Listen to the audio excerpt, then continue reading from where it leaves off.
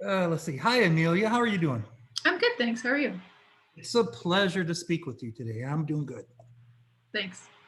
Your Uh, background is freaking me out. I wanted to say that I really enjoyed your film Bloodthirsty. I thought it was a great female-driven horror film, uh, and we need more of those right now. Thank you so much. Um, your background in film is you were kind of a jack of all trades. You have experience in many different backgrounds in the film business.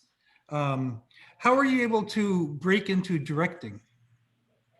I didn't know I did have much background in the film business. I don't quite know what you're referring to, but for Um, me, oh I'm yeah, sorry.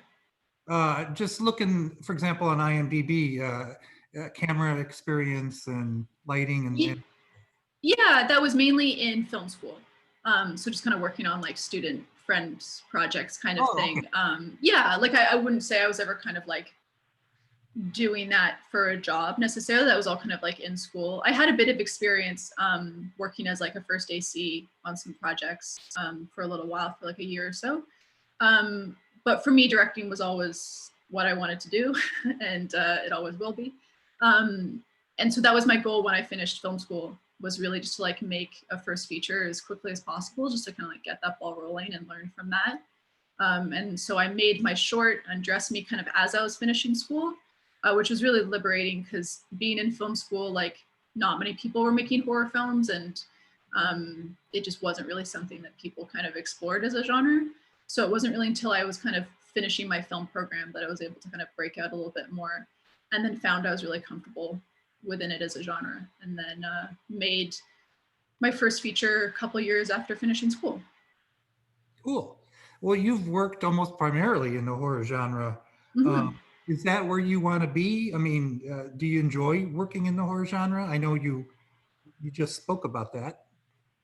Yeah, I think it's really just such a vast genre where there's so much that you can do, within that, and there's such a range of things that you can explore and subgenres. And I think what I really like about it is that you can kind of subvert expectations and tropes, because it is a genre that a lot of people are familiar with, the kind of certain trappings of narratives and stuff. And so there's a lot of room to kind of take things in a different direction. And I think that can be really satisfying for audiences when things kind of, it's a new take on something. I also think it's a really great place to explore very kind of real human emotions, but then place them in this kind of heightened genre world that's not really about reality, but you're looking at, um, social anxiety or social dynamics or whatever you want to look at. And then horror is kind of an extension of character, an extension of these things. Yes. I have always felt that the horror films, the horror genre, you're able to tell um, really whatever story you want to tell within the horror genre that you might not be able to tell in other genres. For Um, sure. uh, just in using horror to tell whatever story it might be, that it's a great vehicle for expressing yourself. Yeah, I agree completely. I think that comes with what I was saying before, like kind of subverting things, but in some ways it's also just making it more accessible. Like a film like Get Out wouldn't necessarily work with its social commentary if it was maybe a drama or something. Like there's something about the accessibility of that film that made the message just like hit that much harder, because a lot of people were watching it not really maybe knowing what they were going to get from it. And so I think that's a perfect example of like the way horror can do that. Right, right, exactly. So, what was it about the script for Bloodthirsty that made you want to direct it? I think it was just that kind of core premise of the creative process and this woman writing this album, but then juxtaposed against this like horror imagery and very dark imagery, and this creature transformation, and just kind of those two things being paired together was just not something I'd seen before, and I thought there was a lot to explore thematically, and kind of these really beautiful songs, but then juxtaposed against these really like horror, horror tropes and horror imagery. And then kind of Gray's journey as well as a character, I thought was just like really interesting. Yes. Well, music kind of plays a major part in Bloodthirsty. Mm-hmm. Um, Lauren spoke a bit about that when I talked to her. And do you feel that the music in the film helped drive it along? Oh, for sure. It's such a major part of the film. And when I first read the script, I immediately looked up Lowell and checked out her music. And once I heard kind of her style, I felt that much more confident in the film and the story, because I was like, okay, the music's going to be really good. And I could see what Lowell was doing as a songwriter, because it really drives the film. It drives her arc. It drives the narrative, you know, and it's so crucial also on like an atmosphere level as well. There's something really like hauntingly beautiful about those songs, and I think that that's kind of the tone the film has as well. Could there be a soundtrack for the film? There was quite a bit of music in it. Yeah, I think there's actually an EP that's going to be coming out of 4 of the songs from the film, and I think they're announcing it tomorrow. Oh, that's great. Yeah. That's really interesting. Mm-hmm. So Lauren and Greg, they're both wonderful actors, and I thought they did fantastic in the film. How was it to work with them? And were you the one that hired them? So Greg was already on board when I came on board because he'd worked with Wendy prior on her film Marlene. And Lauren I'd worked with before. So I brought Lauren on board, as well as Katharine Kingso, who plays Charlie, because I'd actually gone to film school with her in Montreal. Yeah, and it was interesting to work with both of them because it was quite different in terms of my relationships. Lauren I'd worked with before on another feature, so we like definitely had a close relationship. And then Greg I'd never worked with, plus he's quite a seasoned actor. So for me as a younger director, that was like a new experience. But they both got along really well too, which was really great to see. And Greg is a very like open actor, and so is Lauren too. You know, I think they're similar in that way, that they're really like that collaboration and they bring a lot to the table. Yeah, they both had a great chemistry together. Mm-hmm. Yeah, for sure.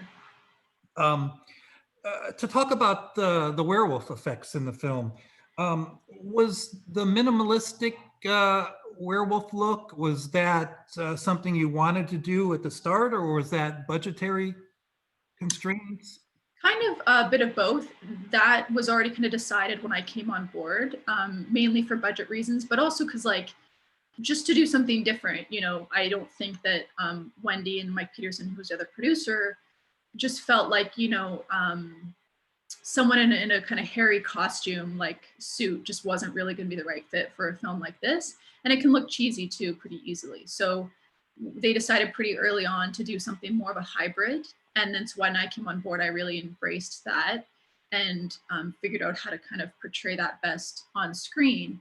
And I think what was really interesting was when we were shooting the transformation scene, I realized how much, even though Lauren had prosthetics, we could still kind of connect to her as a character, because she wasn't just like all of a sudden CGI or all of a sudden in a, you know, a puppet or in a wolf suit or whatever. Like there was still some kind of humanity there.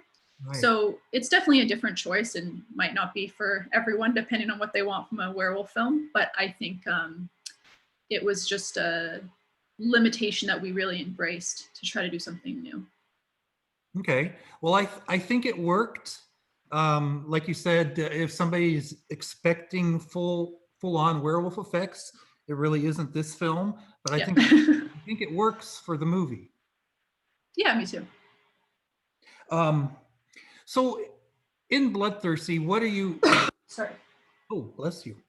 What's the main story that you want people to take away after they see the film? I think just kind of like the darker sides of artistic ambition, and the way that making art can be kind of a selfish act, and the way you can kind of maybe push people away. I think that's kind of expressed through her relationship with her girlfriend, Charlie. And despite at the end of the film, she gets what she wants as an artist, but obviously with devastating consequences. So it's that kind of irony of you know, is this really what she wanted? And the kind of the way artistic drive can go really push people to the edge, I guess. Yeah. Okay. Where was the film shot on location? Was it location for the entire shoot? Because it looked very frigid. Yeah, so we shot it was frigid. Luckily, the days we shot outside were not too cold, but it was still February in Alberta. We shot in Edmonton, Alberta, and Canada. At a few different locations, it was mainly the house you see.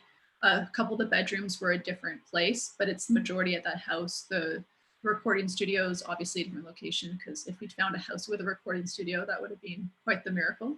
And so, yeah, it was mainly about finding Vaughn's house and trying to find something unique that had kind of an off feel to it.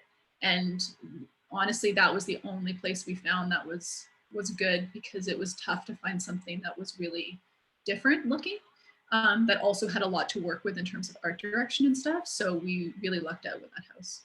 Yeah, I was kind of asking myself in a lot of the exteriors, what was with all the machinery that was abandoned there along the side of his road or his property. Yeah, so that was just at the house. Behind the house was this massive junkyard. And a lot of the scenes in the junkyard were actually set in the forest, because the idea was that there was a big forest behind this mansion. And so we were trying to find little patches of forest here and there, but you could see the road, or it didn't work or whatever. And finally, I was like, we have such a unique space with this junkyard that is very cinematic. Like, let's just embrace that. Yeah. And it's definitely weird, but I think it's much, you know, we've seen forests before, you know, but something like that is definitely different. Well, I think at night, it definitely was a great place for the film. It worked really well, I thought. Mm-hmm. So, Amelia, what's up next for you? What are you working on now? In terms of my own writing, I don't really have any projects. I'm still trying to think about what I want to do next. But I'm developing a script with a writer in Toronto that involves tentacle monsters. So, Lovecraftian. Yeah. Cool. Well, I would look forward to seeing it. And I know I'm just about out of time here. So, Amelia, I just want to say thank you so much for taking the time to speak with me today. I'm very honored. And I really enjoyed Bloodthirsty, and I wish you the best of luck on it. I hope it does really well for you. Yeah, thank you so much. I appreciate that. All right. Well, thank you, and you have a good day. Yeah, you too. Nice to chat. Thanks, Michael. Thank you, Brad.